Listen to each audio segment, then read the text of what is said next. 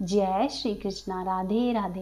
प्रत्येक वर्ष कार्तिक माह के शुक्ल पक्ष की प्रतिपदा तिथि के दिन हम गोवर्धन पर्व मनाते हैं। इस साल वर्ष 2024 में गोवर्धन का पर्व हम 2 नवंबर को मनाएंगे। 2 नवंबर के दिन शाम को गोधूली समय में गोवर्धन की पूजा की जाती है। इस बार गोवर्धन पूजा के लिए शुभ मुहूर्त शाम को 6:05 से लेकर शाम को 6:30 तक बन रहा है। इस समय काल में आप गोवर्धन की पूजा कर सकते हैं। ऐसी मान्यता है कि भगवान श्री कृष्ण को गायों से अत्यधिक प्रेम था, इसीलिए ही वो गायों और बछड़ों की सेवा किया करते थे। यह भी माना जाता है कि गाय का गोबर अत्यधिक पवित्र होता है, इसीलिए इस दिन गाय के गोबर से ही गोवर्धन पर्वत बनाया जाता है। साथ ही ऐसी भी मान्यता है कि इस दिन जो भी मनुष्य श्रद्धा पूर्वक गाय की पूजा करता है और गोवर्धन पर्वत की पूजा करके अपनी मनोकामना कहता है, वह अवश्य ही पूर्ण हो जाती है। तो आज की इस वीडियो में आप सुनिए गोवर्धन की कथा, जो कि गोवर्धन पूजा करते समय वहीं पर बैठकर सुनी जाती है। पौराणिक कथा के अनुसार एक बार द्वापर युग में देवराज इंद्र को अपने ऊपर अभिमान हो गया। तब इंद्र के अभिमान को चूर करने के लिए भगवान श्री कृष्ण ने एक अद्भुत लीला रची। श्री कृष्ण ने देखा कि एक दिन सभी ब्रजवासी अनेक प्रकार के उत्तम उत्तम पकवान बना रहे थे और किसी पूजा की तैयारी में व्यस्त थे। यह देखते ही भगवान श्री कृष्ण ने माता यशोदा से पूछा कि मैया, यह सब किस बात की तैयारी हो रही है। श्री कृष्ण जी की बात सुनकर मैया यशोदा बोली कि कान्हा, इंद्रदेव की सभी ग्रामवासी पूजा करते हैं, क्योंकि इंद्रदेव की वजह से ही गांव में ठीक से वर्षा होती है और वर्षा होती है, इसी कारण हमारी फसल होती है और इसी कारण से घर में अन्न और धन बना रहता है। और फिर आगे मैया यशोदा कहती है कि कान्हा, इंद्रदेव को प्रसन्न करने के लिए ही सभी लोग अन्नकूट चढ़ाते हैं। साथ ही यशोदा मैया ने कृष्ण जी को यह भी बताया कि इंद्रदेव की कृपा से ही अन्न की पैदावार होती है और उनसे ही गायों को चारा मिलता है। मैया यशोदा की यह बातें सुनकर श्री कृष्ण जी ने कहा कि मैया, फिर इंद्रदेव की जगह गोवर्धन पर्वत की पूजा होनी चाहिए, क्योंकि गायों को चारा तो वहीं से मिलता है। इंद्रदेव तो कभी प्रसन्न नहीं होते और न ही दर्शन देते हैं। श्री कृष्ण जी के ऐसा कहने पर उनकी इस बात पर सभी ग्रामवासी सहमत हो गए और सभी गांव वालों ने इंद्रदेव की जगह गोवर्धन पर्वत की पूजा करनी शुरू की। यह देखकर इंद्रदेव क्रोधित हो गए और उन्होंने मूसलाधार बारिश शुरू कर दी। इंद्रदेव ने इतनी वर्षा की कि उससे ब्रजवासियों की सारी फसल खराब हो गई। ब्रजवासियों को परेशानी में देखकर श्री कृष्ण ने अपनी चिटली उंगली पर पूरा गोवर्धन पर्वत उठा लिया और सभी ब्रजवासियों को अपने गाय और बछड़ों के समेत उस पर्वत के नीचे शरण में ले लिया। इस बात पर इंद्र भगवान कृष्ण की यह लीला देखकर क्रोधित हो गए और इंद्रदेव ने वर्षा की गति और अधिक तेज कर दी। तब श्री कृष्ण ने सुदर्शन चक्र से कहा कि आप ऐसा करें, पर्वत के ऊपर विराजित होकर वर्षा की गति को नियंत्रित करें। और श्री कृष्ण ने शेषनाग से कहा कि आप मेढ़ बनकर इस पानी को पर्वत की ओर आने से रोक दें। इस तरह से सभी ने श्री कृष्ण का साथ दिया और वहीं इंद्रदेव लगातार 7 दिनों तक बारिश करते रहे। तब ब्रह्मा जी इंद्रदेव के पास गए और उनसे कहने लगे कि हे इंद्र, श्री कृष्ण भगवान विष्णु के अवतार है और तुम ऐसा करो, उनकी शरण में जाओ और उनकी पूजा करो।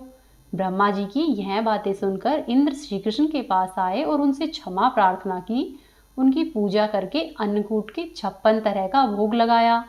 तभी से गोवर्धन पर्वत की पूजा की जाने लगी और श्री कृष्ण को प्रसाद में 56 भोग चढ़ाया जाने लगा। गोवर्धन पूजा में भगवान श्री कृष्ण के बाल स्वरूप की पूजा की जाती है। मान्यताओं के अनुसार गोवर्धन पूजा में गोधन अर्थात गायों की पूजा की जाती है। हमारे शास्त्रों में यह भी बताया गया है कि गाय उसी तरह से पवित्र है जैसे कि सभी नदियों में गंगा है। गाय को देवी लक्ष्मी का स्वरूप भी कहा गया है। जिस प्रकार से माता लक्ष्मी सुख और समृद्धि प्रदान करती है, उसी प्रकार से गाय माता अपने दूध से स्वास्थ्य रूपी धन देती है। गोवर्धन पूजा करने के लिए आपको पुष्प, फल, नारियल, बताशे, हल्दी, धूप, द्वीप, चंदन, कपूर, सरसों का तेल, गंगाजल, मिठाई, पीले रंग का कपड़ा और रोली इत्यादि चाहिए होंगे। गोवर्धन पूजा करने के लिए सुबह सवेरे जल्दी उठकर स्नान आदि से निवृत्त होकर स्वच्छ वस्त्र धारण कर ले। इसके बाद आप पूजन सामग्री के साथ पूजा स्थल पर बैठ जाइए। गोवर्धन का निर्माण आप अपने घर के आंगन में कर सकते हैं या फिर घर के दरवाजे के पास भी कर सकते हैं। यदि संभव हो तो गोवर्धन का निर्माण एक दिन पहले करना चाहिए, ताकि गोवर्धन पूजा के समय गोवर्धन जी अच्छे से सूख जाए।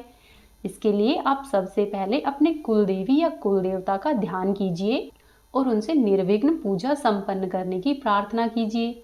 इसके बाद आप गाय के गोबर से श्रद्धा पूर्वक गोवर्धन पर्वत बनाइए। इसमें एक लेटे हुए पुरुष की आकृति बनाइए, जो कि प्रतीक रूप से गोवर्धन है। इसके बाद आप फूल, पत्ती, टहनियों एवं अनेक प्रकार से गोवर्धन को सजा सकते हैं। आप गोवर्धन जी के साथ गाय का निर्माण भी अवश्य ही करें। इसके बाद इसके ऊपर थोड़ा सा गंगा जल छिड़क कर पवित्र कर ले और फिर सभी पूजा सामग्री को गंगा जल छिड़क कर शुद्ध कर ले और 3 बार आचमन करें। आचमन करने के लिए अपने दाहिने हाथ में जल लेकर ओम केशवाय नमः, ओम गोविंदाय नमः, ओम वासुदेवाय नमः इस तरह से बोले और उसके बाद पानी को अपने उल्टे हाथ की तरफ छोड़ दे और फिर अपने हाथ कपड़े से साफ कर ले। और फिर आपने जो आकृति बनाई है उसकी नाभि के स्थान पर एक कटोरी जितना गड्ढा बना ले और वहां पर एक मिट्टी का दीपक रखे और एक कटोरी रखे और इस कटोरी के अंदर दूध, दही, गंगाजल, शहद इत्यादि डाले और फिर इसे प्रसाद के रूप में बांटा जाता है। इस दिन गायों की भी पूजा की जाती है। गायों को प्रेम पूर्वक स्नान कराकर उन्हें सिंदूर लगाया जाता है और पुष्पमाला से गायों को सजाया जाता है। साथ ही इस दिन गायों को गुड़ खिलाया जाता है और इनके सींगों पर तेल लगाया जाता है। और गोवर्धन पूजा के दौरान आप गोवर्धन पर फल, मिठाई, गन्ने इत्यादि अर्पित कर सकते हैं। फिर गोवर्धन को भोग प्रसाद चढ़ाकर गोवर्धन की पूजा की जाती है। पूजा करते समय गोवर्धन की 7 बार परिक्रमा की जाती है। परिक्रमा करते समय एक व्यक्ति हाथ में जल का लोटा और दूसरा व्यक्ति अन्न यानी कि जौ लेकर चलते हैं और फिर जल वाला व्यक्ति जल की धारा को धरती पर गिराते हुए चलता है और दूसरा यानी कि अन्न वाला जो बोते हुए चलता है। इस तरह से परिक्रमा पूरी की जाती है। पूजा स्थल को आप पीले रंग के फूलों से सजाए।